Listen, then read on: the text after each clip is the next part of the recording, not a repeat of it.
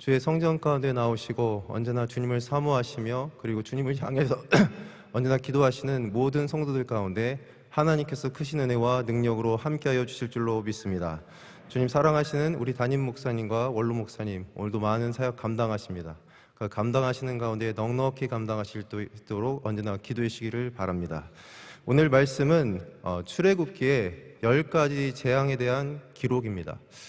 제가 최근에 그 주일날 담임 목사님 말씀을 듣고 이번 주에 어떤 말씀을 증거해야 될까 상당히 기도를 많이 했습니다. 왜냐하면 주일에 내리막길로 갈 때 어떻게 해야 될지 목사님께서 너무 구체적으로 잘 가르쳐 주셔가지고 제가 가르쳐 드릴 수 있는 더 이상의 방법이 없을 것 같았습니다. 그래가지고 어떻게 할까 하는데 하나님께서 오늘 주신 말씀을 통해서 은혜를 나눴으면 좋겠다 하셔서 오늘 말씀을 좀 묵상해 봤습니다. 오늘 말씀은 애굽에 바로 때문에 발생한 10가지 재앙이 있습니다. 특별히 첫 번째 재앙은 나일강, 그 큰 애굽의 생명의 젖줄기였던 나일강 가운데 모든 물들이 피로 변했습니다. 이번에 제가 한번 찾아봤습니다. 그게 어떤 의미가 있을까? 그때 첫 번째는 모든 나일강은 그곳에 있던 모든 애국 사람들의 생명의 젖줄이고 그리고 모든 풍요의 젖줄이었습니다. 하나님께서 바로가 계속해서 하나님을 대적하기 때문에 첫 번째 그가 의지하는 나일강을 치셨다는 겁니다. 두 번째로는 이제 개구리 떼가 온 사방 지면에 가득해졌습니다. 그 개구리가 가득한 게 무슨 의미가 있을까? 찾아보니까 이 개구리는 당시 애굽 사람들이 섬기던 다산, 풍요의 여신이었던 이 파케트라는 게 있더라고요. 근데 이게 얼굴이 개구리 모양이라는 겁니다. 그렇기 때문에 거기에서 개구리가 온 사방 지면에 나타나고 사람들을 괴롭히고 나중에는 바로가 잘못했다 고백해서 이 모든 것을 사라지게 하고 난 다음에 이 개구리가 온 사방 지면에 죽어버리니까 온 지방에 악취가 진동했습니다. 두 번째로는 하나님께서 그들이 의지하는 이 개구리, 그거마저도 다 사라지겠다는 겁니다. 이 세 번째 재앙은 이가 이렇게 나타나서 모든 사람들이 다 힘들어했습니다. 근데 이에 대한 이 재앙은 어떤 특징이 있었느냐? 첫 번째 재앙과 두 번째 재앙은 세상에 있었던 요술사들이 그걸 따라할 수 있었습니다. 근데 세 번째 재앙부터는 어떻게 되느냐? 더 이상 따라할 수 없고 그때부터 세상의 요술사들, 지혜자들이 이건 하나님의 권능이다라고 고백을 합니다. 근데 오늘 네 번째 재앙은 어떤 재앙이냐? 첫 번째, 두 번째, 세 번째 재앙까지 하나님의 백성과 그리고 세상에 있었던 애굽 백성들이 동일한 고난을 겪었습니다. 나일강이 피로 변했기 때문에 물을 마실 수 없었고 그 악취로 말미암아 동일하게 고난을 받았습니다. 두 번째로 온 사방 지면 가운데 개구리가 나타났기 때문에 하나님의 백성들도 그 가운데 고난을 겪었습니다. 세 번째로 이가 들끓어서 온몸이 가려울 때도 결국은 하나님의 백성과 세상에 있었던 애굽 사람들과 별반 차이가 없었습니다. 근데 오늘 네 번째 재앙이 일어서 하나님께서 뭐라고 말씀하시느냐? 이렇게 말씀하시는 겁니다. 그 날에 나는 내 백성이 거주하는 고센 땅을 구별하여 그곳에는 파리가 없게 하리니. 네 번째 재앙이 이르니 하나님께서 이제는 구별하여 주신다는 겁니다. 구별하여 주시고 세상과 하나님의 백성을 이제 하나님께서 친히 구별하여 주신다라고 말씀하고 있는 것입니다. 이러한 구별의 은혜가 우리 가운데 함께하여 주실 줄로 믿습니다. 이 고난 주간을 겪으면서 제가 이렇게 있는데 어떤 목사님께서 이제 설교하시는 걸 들은 적이 있습니다. 근데 그 목사님께서 뭐라고 하시느냐? 그 전까지 자기는 예수님께서 당하신 여러 고난 중에서 불법자의 동류로 역임을 받았다라는 구절에 대해서는 그때 당시에는 아무런 감흥이 없었다는 겁니다. 그러니까 예수님께서 십자가의 고난을 받기 위해서 이렇게 고난 받으실 때 마지막에 불법자들과 동일하게 사람들이 여겼다는 겁니다. 불법자들은 어떤 사람들입니까? 하나님을 두려워하지 않고 그리고 세상 가운데 하나님 신뢰하지 않고 세상 가운데 사람들이 정죄하는 그 사람과 예수님이 동일한 취급을 받았다는 겁니다. 그런데 갑자기 그 목사님이 그 말씀하시는 거예요. 뭐라고 하느냐? 근데 그 말씀이 자기 마음에 확 와닿다는 거예요. 우리가 가장 어려울 때가 언제입니까? 내가 하나님을 잘 믿고 하나님을 신뢰하고 하나님께 기도하고 하나님께 충성하고 주의 성전 제단불을 붙잡고 있음에도 불구하고 내가 별반 차이 없다는 겁니다. 오히려 동일하게 고난을 받고 사람들이 생각하기를 거 봐라, 너 별반 차이 없지 않느냐, 너 거 봐라, 네가 뭐가 특별하냐, 거 봐라, 네가 대체 무엇인데 라는 말을 들을 때 우리의 마음 가운데 큰 아픔이 있고 고통이 있다는 것입니다. 그런데 예수님께서 친히 그 고난을 받아주셨다는 것입니다. 그렇습니다. 주님께서는 때가 되면 우리가 불법자들과 동일한 것이 아니라 하나님의 특별한 은혜, 하나님의 특별한 사랑 가운데 있음을 분명하게 보여주실 줄로 믿습니다. 오늘 말씀은 결국 그래서 재앙입니다. 재앙이지만 실제로 말씀을 잘 찾아보면 이것은 재앙이 아닙니다. 출애굽기 7장 1절로 5절에 보면 이런 말씀이 있습니다. 제가 읽겠습니다. 여호와께서 모세에게 이르시되 볼지어다 내가 너를 바로에게 신같이 되게 하였은즉 내 형 아론은 내 대언자가 되리니 내가 내게 명령하는 바를 너는 내 형 아론에게 말하고 그는 바로에게 말하여 그에게 이스라엘 자손을 그 땅에서 내보내게 할지니라. 내가 바로의 마음을 완악하게 하고 내 표징과 내 이적을 애굽 땅에서 많이 행할 것이나 바로가 너희의 말을 듣지 아니할 터인즉 내가 내 손을 애굽에 뻗쳐 여러 큰 심판을 내리고 내 군대 내 백성 이스라엘 자손을 그 땅에서 인도하여 낼지라. 내가 내 손을 애굽 위에 펴서 이스라엘 자손을 그 땅에서 인도하여 낼 때에야 애굽 사람이 나를 여호와인 줄 알리라 하시매. 오늘 말씀에서 보면 하나님께서는 뭐라고 하시느냐? 표징이라고 하십니다. 이적이라고 하시는 겁니다. 세상 사람들이 보았을 때는 분명히 재앙입니다. 근데 하나님께서 말씀하실 때는 뭐라고 하시느냐? 이것이 바로 이적이고 이것이 바로 표적이라는 것입니다. 이적이라는 것은 쉽게 말해서 이런 겁니다. 기이하고 놀라운 사건입니다. 이해할 수 없는 겁니다. 근데 표적은 어떤 뜻이 있느냐? 표적은 동일합니다. 동일하지만 그 안에 담긴 의미가 무엇인지, 누가 주관하시는지, 그 안에 어떤 의미가 있는지를 알 때, 그걸 표현할 때 표적이라고 합니다. 구약 성경에는 그래서 노아의 심판이 있고 난 이후에 무지개가 딱 떴을 때 뭐라고 하느냐? 그것을 표적이라고 합니다. 예전에 원로 목사님 많이 설교하셨던 이렇게 라합, 이방 기색던 라합이 붉은 줄을 내렸을 때 그것도 뭐라고 하느냐? 그것도 바로 표징, 표적이라고 합니다.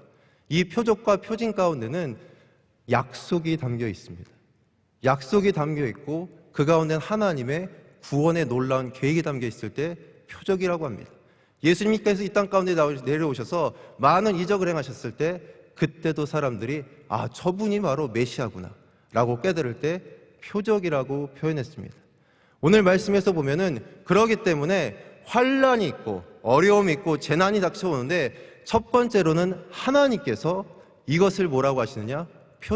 표징과 이적이라고 하신다는 겁니다. 두 번째로는 이 모든 것이 하나님의 놀라우신 계획하에 있다는 것입니다. 하나님의 놀라우신 구원 계획 가운데 이것들이 하나하나 진행되고 있다는 것입니다. 제가 엊그제 이렇게 했는데 저희 경건회 때 어떤 목사님께서 말씀을 전하셨습니다. 근데 제가 말씀을 듣다가 되게 은혜가 됐습니다. 왜냐? 그 구절이 상당히 은혜가 됐어요. 어떤 구절이었냐면 열왕기하 5장 14절 말씀이었습니다. 나아만이 이에 내려가서 하나님의 사람의 말대로 유단강에 7번 몸을 잠그니 그의 살이 어린아이의 살같이 회복되어 깨끗하게 되었더라. 이 말씀을 듣는데 제가 갑자기 은혜가 됐어요. 왜 은혜가 됐느냐? 첫 번째로는 나아만은 문둥병 환자였습니다. 이방 사람이었습니다. 우리가 잘 알고 있습니다. 근데 뭐라고 표현됐느냐? 하나님의 사람의 말대로. 다른 이유가 없습니다. 성경은 뭐라고 기록하느냐? 하나님의 사람의 말대로 했다는 거예요.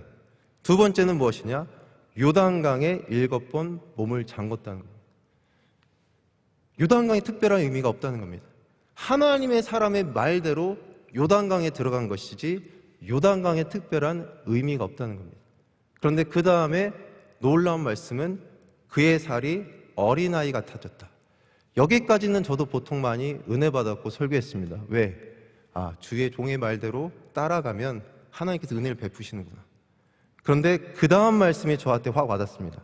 뭐라고 되어 있느냐? 회복되어 깨끗하게 되었더라. 이 깨끗하게 되었다를 근데 솔직히 찾아봤습니다. 찾아보니까 이 단어가 이제 원래는 이제 성경에 이제 외국어로 돼 있잖아요.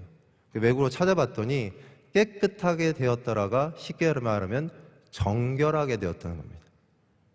정결은 무엇입니까? 하나님 앞에 구별되는 겁니다.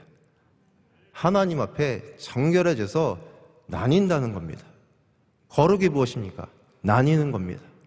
하나님의 사람들은 어려움이 닥치고 문제가 생겼을 때 하나님의 사람의 말대로 순종하고 나가면 문제가 해결된다는 것입니다. 여기까지는 세상도 할 수가 있습니다. 왜? 문제를 해결받을 수 있다는 겁니다. 문제가 해결돼서 사람들 앞에서 나 잘됐다고, 나 성공했다고, 나 이제 이렇게 됐다고 사람들 앞에서 자랑할 수도 있고, 많은 사람들 앞에서 그 놀라운 나름대로 자기의 그 경험을 이야기할 수 있다는 겁니다. 그런데 하나님의 사람들, 하나님의 백성들의 가장 큰 차이점은 무엇이냐? 살이 어린아이같이 회복됐을 뿐만 아니라 그 다음에 깨끗하게 된다는 것입니다.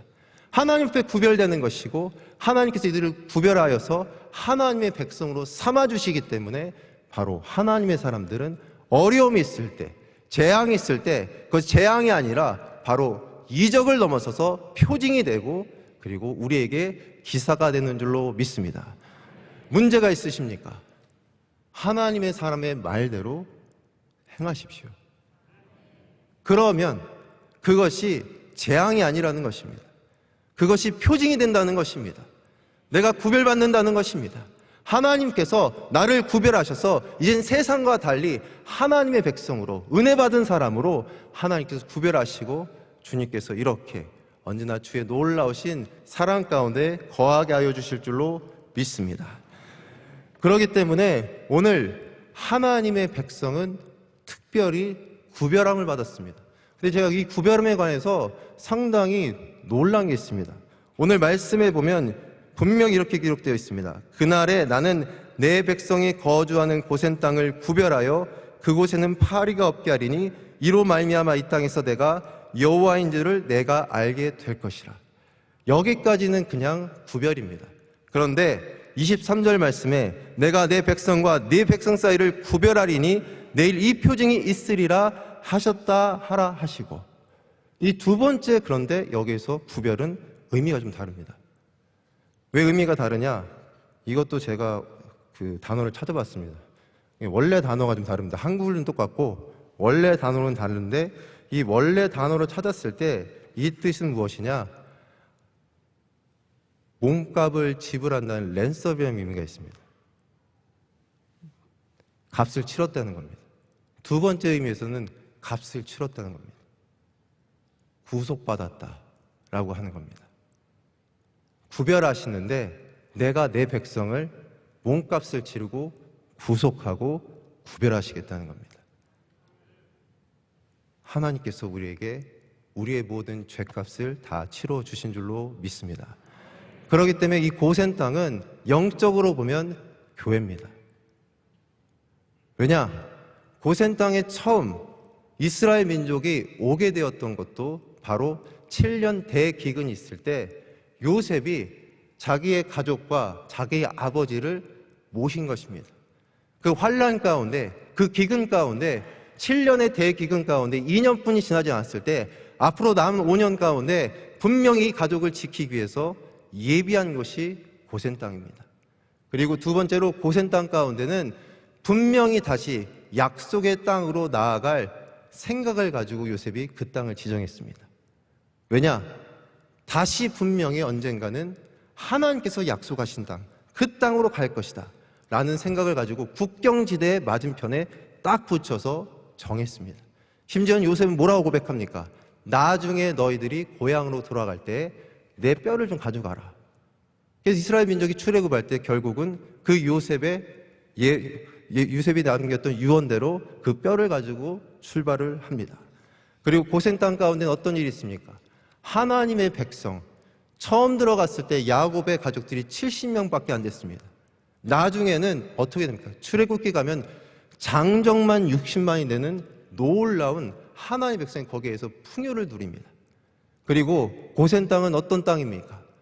애굽의 바로가 핍박하는 땅입니다. 애굽의 바로가 핍박하고 계속해서 핍박하고 어렵게 하고 압제하는 땅입니다.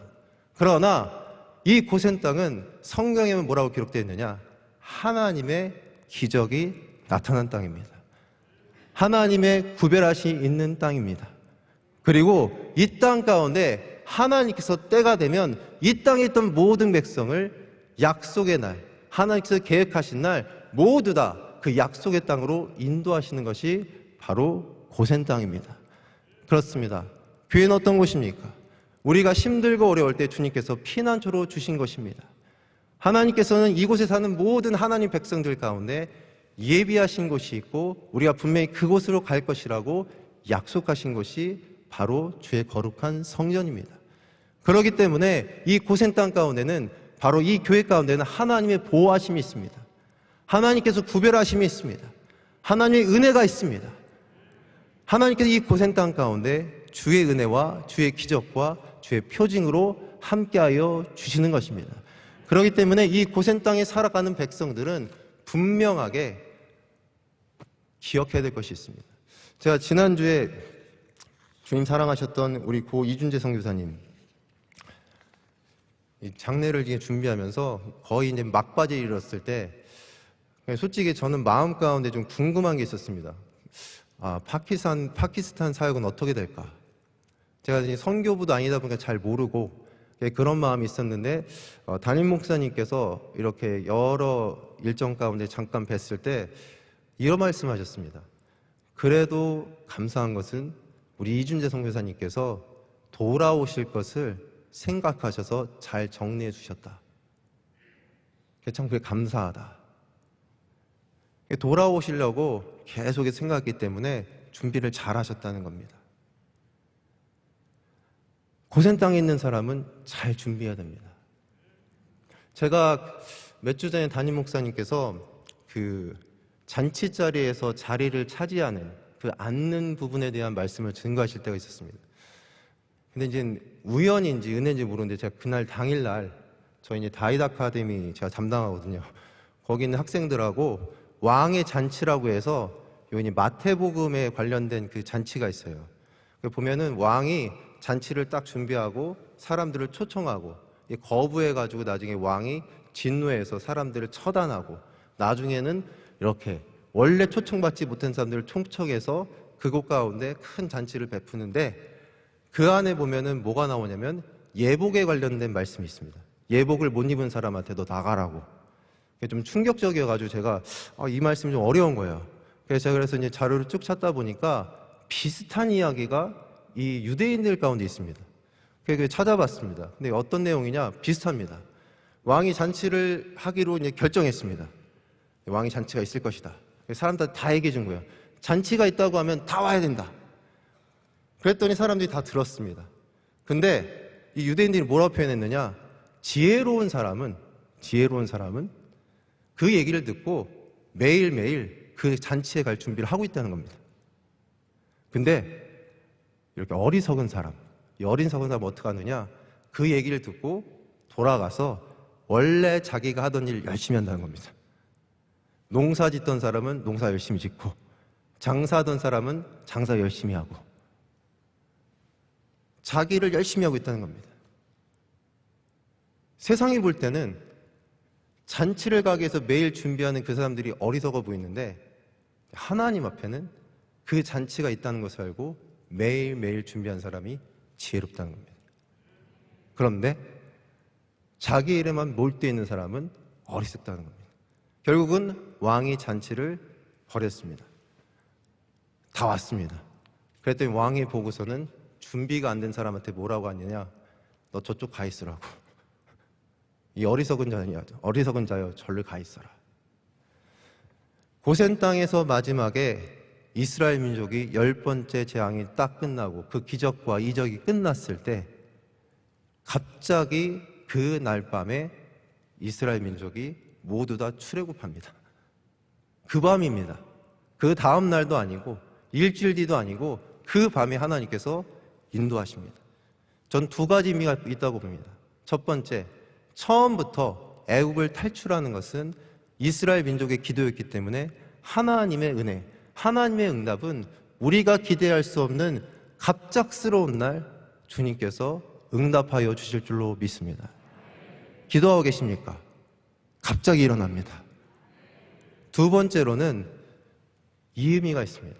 주님께서 다시 우리를 만나시는 날은 우리가 다 알 수 없다는 겁니다. 갑작스럽다는 겁니다. 그래서 성경은 기록하기를 뭐라고 하느냐? 애굽 사람들이 빨리 나가라 함으로 준비할 수 없어서 무교병을 들고 그들이 출애굽을 했다라고 나옵니다. 준비할 수 없어서. 그래서 그들이 무교병의 절기를 지킨다는 겁니다. 전 그렇게 봤습니다. 아, 하나님의 은혜는 내가 가늠할 수 없구나. 그 시기를 알 수 없구나. 두 번째로는 언제나 우리가 준비하고 있어야 되겠구나. 우리 사랑하는 모든 성도 여러분, 그렇습니다. 어려움이 있으십니까? 주님께서는 그 어려움이 우리에게 표징이 되게 하실 줄로 믿습니다. 그 어려움이 있습니까? 그 어려움을 통과하고 나면 깨끗하게 하시는 은혜가 있을 줄로 믿습니다. 결국은 여호와의 밤, 갑작스러운 날, 기대하지 못한 날 주님께서 우리에게 은혜를 베풀어 주시고, 그리고 우리는 언제나 그것을 예비하며 살아가는 하나님의 백성이 되어야 될 줄로 믿습니다.